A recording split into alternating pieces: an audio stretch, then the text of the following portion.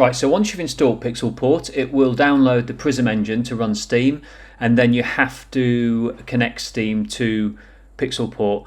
Now, this works via the only way to do it is to use the QR code.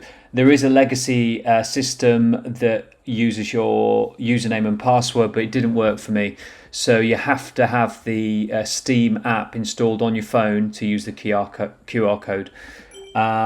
So yeah, once you've chosen the game that you want to play, once your Steam account is linked, you've got an overview of which versions of macOS it's compatible with, and then it's just a case of installing it via Steam. This takes a few seconds really to set up. Once you're in, you'll be able to open the game in and run Steam. You've got to make sure you're not logged into Steam on any other application on your computer as well.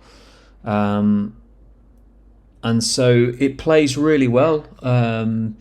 You can change the graphic settings here, but you really don't need to, unless I'm playing on an M3 MacBook Pro, but it's absolutely fine. So if we find a server, public server, see what's available.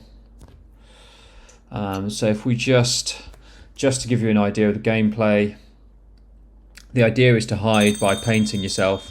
I'm not very good at it at all, but just to give you an idea of how it plays, you can see that it's pretty smooth.